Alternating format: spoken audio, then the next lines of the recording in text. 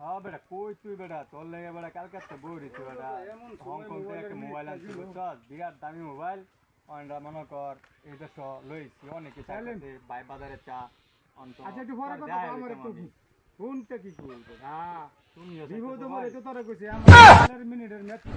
মাত্র কি করে মনে কর কি করে কি করে ফোন দিবা আয় ওরে মা